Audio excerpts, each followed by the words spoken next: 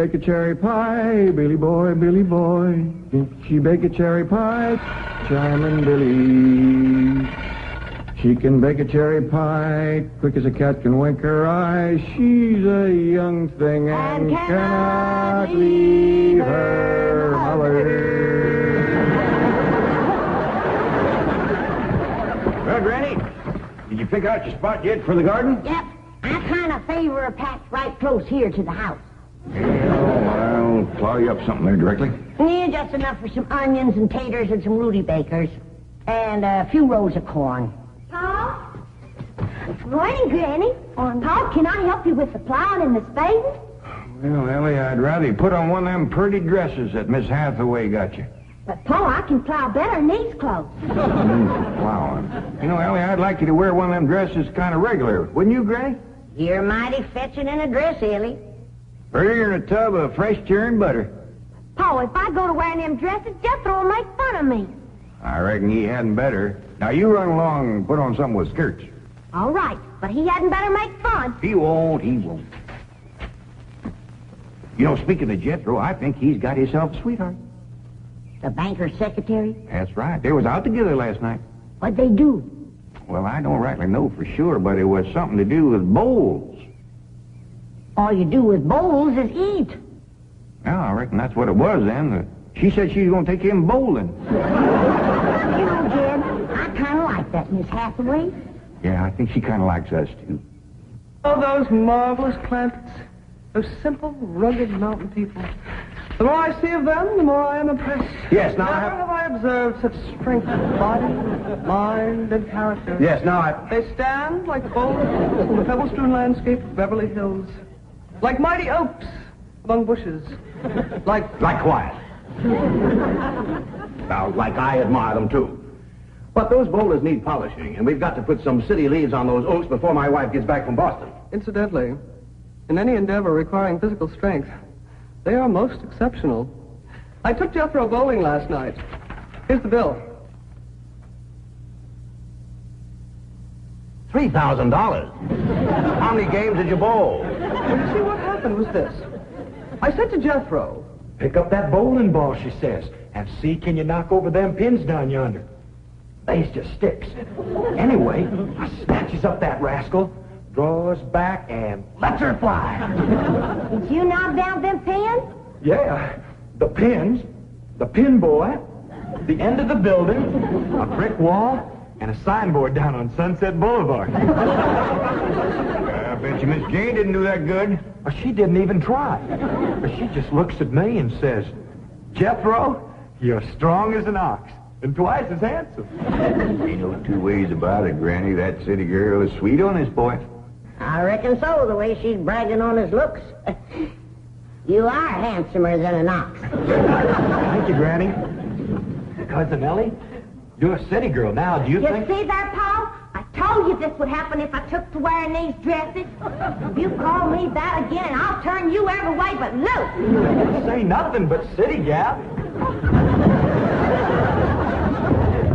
Ellie, mate, climb it. You get up from there or you're going across my knee. And Jethro, you're going across mine. What did I do that was so all-fired bad? In that dress, she looks just like a city gal. You did it! I reckon we better go out there and see she don't hurt him.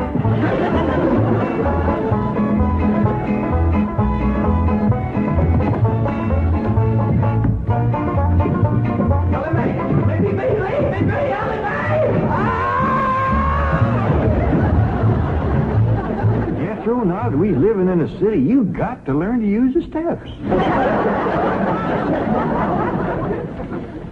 They'll be happy to know that I'm making splendid progress with Ellie Mae. She's turning into quite a lady. Fine. But it's Jed, Granny, and Jethro we've got to work on. Clothes, manners, the works. What have you done about servants?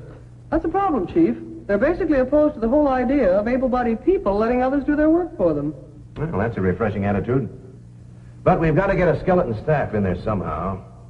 A combination butler and valet with Jed and Jethro. Who help them assemble a wardrobe, teach them how to... Ravenswood. Your butler? Oh, he's never been my butler. Came with my wife like an overweight dowry. Been in her family for years. And with Margaret in Boston, I can certainly spare him, plus her upstairs girl, Marie. I doubt if you can sell Mr. Clapperton the idea of servants. And get him on the phone. I'll make him think he's doing me a favor by taking him off my hands for a while. Right, Chief? She had not have thrown me down on my head like that. What if I'd have been carrying a frog in my hat? You ain't supposed to be wearing your hat in the house. Well, Granny, where's a fella going to carry a frog? They jump out of your pocket. Hello? Oh, howdy there, Mr. Drysdale. Glad to have you back from Boston. Your missus come with you? Oh, that's too bad. I know her and Granny'd hit it off like two sows in a mud waller. Yes, I'm sure they would. No recipes? No, my wife doesn't do much cooking. No, I doubt if she ever made grits and hog jows. Well, how about mustard greens and possum belly? No fooling. Pone and squirrel shank? Boiled chicken hog. Well, say, she don't do much cooking, does she? No. Well, the reason I called Mr. Clampett is I have a butler. Well, he really belongs to my wife's family, but he's been with us ever since we were married. And I was wondering if you'd let him come and stay with you for a while. You mean board with us? Well, I guess you could call it that. Who's going to board with us? Just a minute. Some kin of Miss Drysdale named Butler. Oh, why, we be just... That's that no good fat rascal that wouldn't let Ellie and me in to help Miss Drysdale when she was sobering up. Hello? Granny was talking at me, but she's done now. Oh, no, she ain't. Just a minute. Granny, let me hear the man out, and then we can talk it over. Yes, sir, Mr. Drysdale. I'm a listener now. Well, in addition to Ravenswood, he's the butler, you can also have my wife's upstairs girl, Marie. Margaret may be away for some time, and I have absolutely no use for him. Well, I sure would like to oblige. Me and Granny will talk it over, and I'll call you. Oh, thank you. You'll be doing me a great favor. I was glad to help out when I can. Thank you again, Mr. Clampett, and goodbye.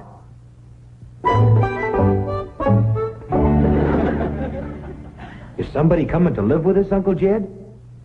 Maybe, Jethro, maybe. Well, why don't you go out and make up with your cousin Ellie? Okay, Uncle Jed. All right, Jed. Let's have it. We going to board that butler fella? Well, Mr. Drysdale will take it mighty kindly if we did. He says he ain't got no use for him. I don't like him myself. Hey, you only met him once? Once was enough. I asked him real nice. I said, are you doing for Miss Drysdale that she's feeling poorly? Are you doing the washing and the scrubbing and the cleaning for her? And he looks right down his nose at me and says, Madam, I am a butler. I reckon he is proud of his name. Kind of fancy. Ravenswood Butler. I don't care if it's Stonewall Jackson. And I think Mr. Drysdale has a lot of gall to ask us to take his wife's kinfolks off his hands. Well, now, I'm mighty beholden to him. You know he's keeping my $25 million in his bank, and he ain't charging me one penny to do it. That's his business. You didn't ask him to do it. Well, Granny, if it was just Mr. Butler, I might agree with you, but there's a sad side to the story, too. What's that? Well, you've heard of Mr. Drysdale speak of his stepson? That's his wife's boy by her first marriage? The one they called Sonny? Yeah. Well, it seems she's got a girl, too. And there must be something wrong with her. What? Well, I don't know, but they keep her upstairs. No. Yeah. He spoke of her as my wife's upstairs girl. The poor thing. Her name's Marie, and he'd like us to take her and Mr. Butler. Doggone it, kid. We got enough to do to take care of this big place without... He didn't say what was ailing her, huh? Well, no, but if you ask me, they ain't eating right over there. No. You know what Mr. Drysdale told me? What? His wife ain't never cooked grits and hog jowl. Ah, go on. That's a fact. Nor mustard greens and possum belly. Nor pone and squirrel shank. Nor even boiled chicken hog. Land of mercy. You can't hardly blame Mr. Butler for getting a mite cranky. Man don't eat right, he gets that way. Well, kid, I reckon it won't do no harm to take him in for a spell. Granny, for such a little woman, you got an awful big heart. Well, I feel sorry for the poor girl. But the first time that fancy pants Mr. Butler looks down his nose at me, I'm gonna chuck him in the cement pond.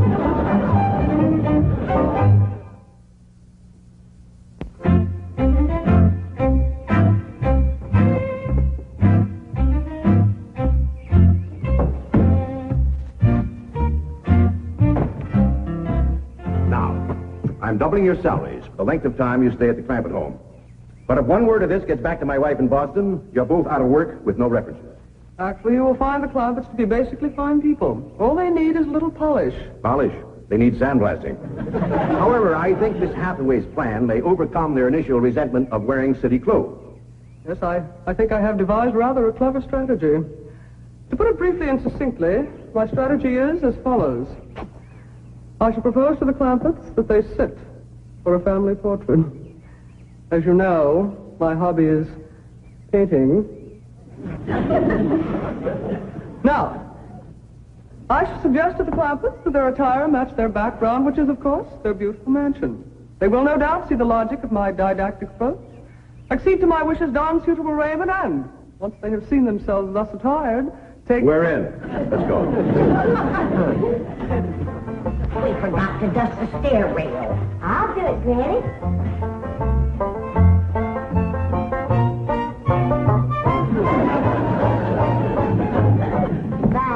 Wearing boys' clothes does come in handy sometimes. Hi, Ginger Granny. I think we got her all spick and span for the company.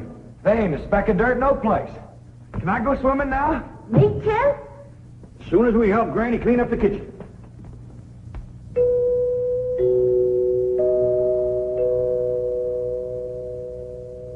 There goes that music again. You ever find out where that comes from? Know 'em, Granny. Every single time I commence to looking for it, somebody comes to the door. Nobody to the door now? There will be. You'll see.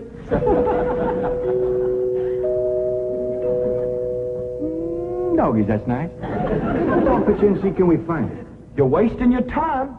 I'm a-telling you. Before you can find it, somebody will come to the door. There, you see? Happens every time. I remember, Ravenswood. I'm counting on you. Don't fail me. You have my word, sir. I've been butler and valet since boyhood, as was my father before me and his father before him. And I've yet to meet the man or woman who posed a social problem too difficult for me to handle. That's the spirit. Howdy there. Remember me, Mr. Butler? No! Ravenswood, come back! You gave your word! Come back, you coward! Come back here! I'll cut off your friend's benefit! Ravenswood probably forgot something. He'll return shortly. Meanwhile, this is Marie. This is Drysdale's upstairs girl. Marie? Lady Clampett? Howdy. Jethro Bodine? Ellie Mae Clampett? And Grandma Clampett. No, ma'am. I am a Moses. Pardon? Granny's related on my wife's side. They's the Moses family from Tennessee. Then your name is Granny Moses? Grandma Moses. That's right. There was a very famous Grandma Moses who painted primitives. I've whitewashed a few myself. I'll show Marie to her room. Listen, Marie, honey. Over here, you've got the run of the house. You don't have to hide upstairs. Ain't nothing wrong with that girl, but want some good cooking will cure her. She's half starved. Poor thing is so weak her knees keeps a buckling on her. She's kind of pretty, though, for a skinny girl. Just wait till she gets a mess of Granny's grits and hog gels. That'll fill her out. Till I'll get some of cooking. Guess that butler fellow will be coming back directly. Oh, and Granny, can we have some of that salted down possum belly that Ma sent us? Well, I reckon it is kind of a company meal. Granny, open up a jar of them pickled crow gizzards. Now, Jed, we don't want to spoil these folks. They might get to thinking we eat like that every day. Baby, will you do something nice for me? Sure, Paul. Will you go get into that pretty dress again? Oh, Paul, Jethro will make fun of me. No, I won't, Ellen May. Cross my heart. Why, That's my darling. Thank you. And then you be real nice to Marie. She's had a bad life. I'll be nice to her. She's pretty. Let's all be nice. Bob, I wanted to go swimming. Now I gotta go put on an old dress. Cousin Ellie, you look awful pretty in a dress. Honest you do. Do I look pretty in that there city girl? You look prettier than that there city girl. That did it. Come on and fight. There's nothing to be afraid of, Raven. The fact that they're big and strong doesn't mean they're violent. Elephants can be gentle. Now, Ravenswood, your appearances deceive you. Oh, really, Oh, I sir? do admit on the surface they do seem a bit rough, even cruel. But I assure you underneath they are placid, kindly, and gentle. You see. You shouldn't have called me a city girl. Leave me alone, please, City girl.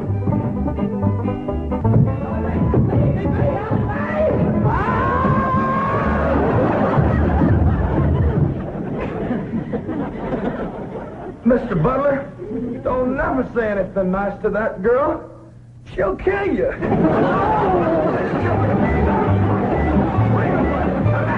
Come back! You promised! I found her granny when Mr. Drysdale said he didn't have no use for Mr. Butler. He sure wasn't fooling. I just seen him cut through the brush chasing him with a stick. Mr. Butler gets sassy with me, I'll chase him with more than a stick. Dad, Ellie throwed me down on my head again. If she don't stop that, I'm going to get a headache. Stop riling her, Jethro. But golly, all I said was she's pretty. That ain't no call to bust a fella's head. How you doing? Oh, howdy, Marie. Hi, Marie. Are you hungry, darling? No, madam. I'm whopping up something here that'll just set your mouth to watering. Put some strength in your limbs, too. Tell her what it is, Granny. A great big mess of grits and hog jowls. And salted down possum belly. Cold pickled crow gizzards. How you like that? Don't tell me that child ain't hungry. Why, she's ready to drop in her trash. Set her at the table and I'll dish up a mess. No, please. I only came in to bring you a message from Miss Hathaway.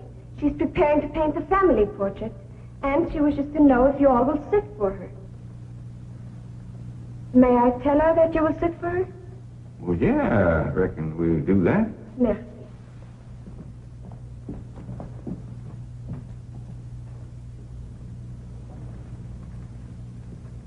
Well, let's get at it.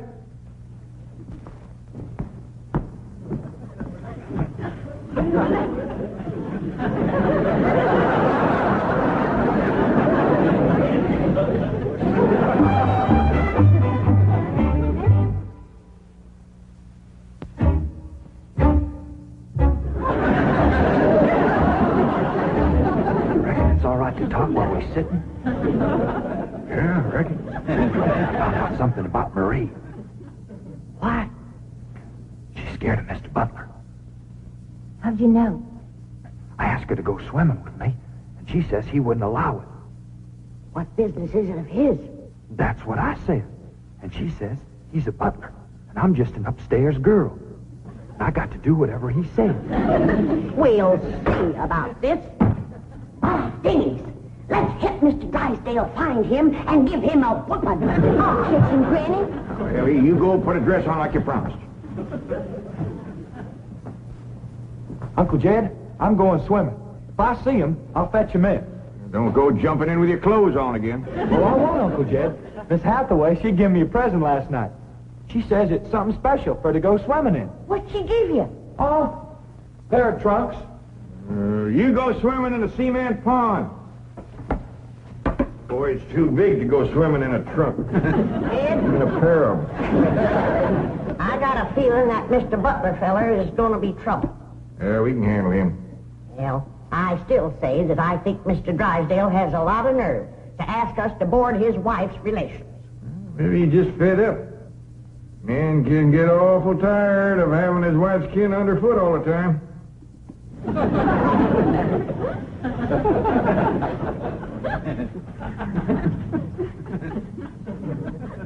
He told me that butler fella had been living with them ever since they was married. I declare some in-laws latch on to free room and board like leeches. It takes a mule kick to jar 'em loose. You can't hardly blame Mr. Drysdale for trying to get shed of a critter like that.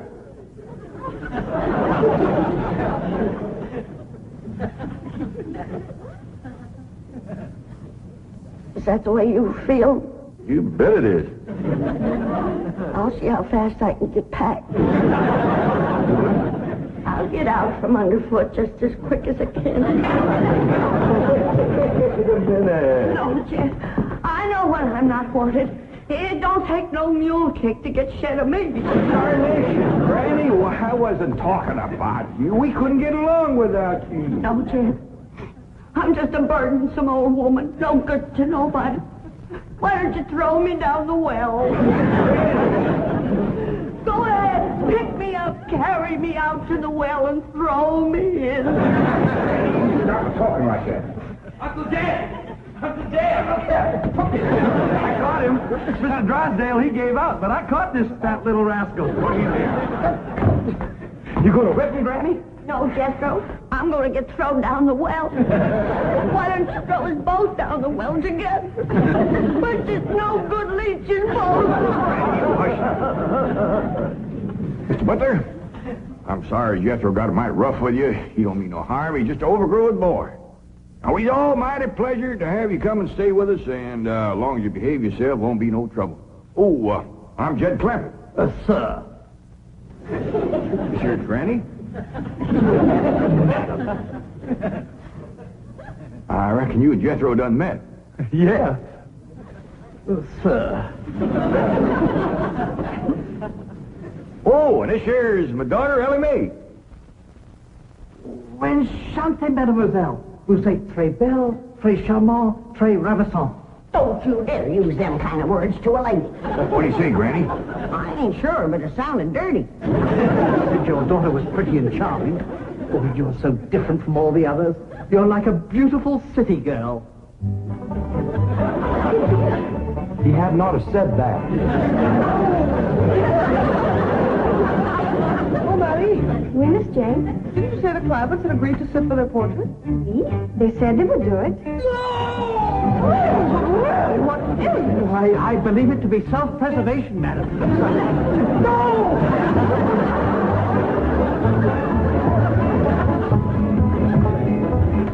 Don't take to the stairs, she'll catch you sure! Say now, let me go, now, really. No!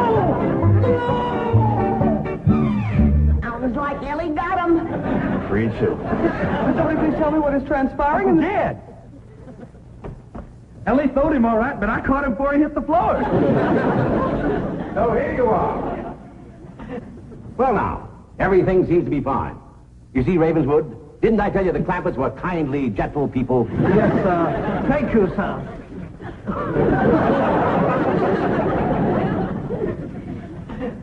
We're going to have to feed up both of them, Granny. His knees is buckling, too.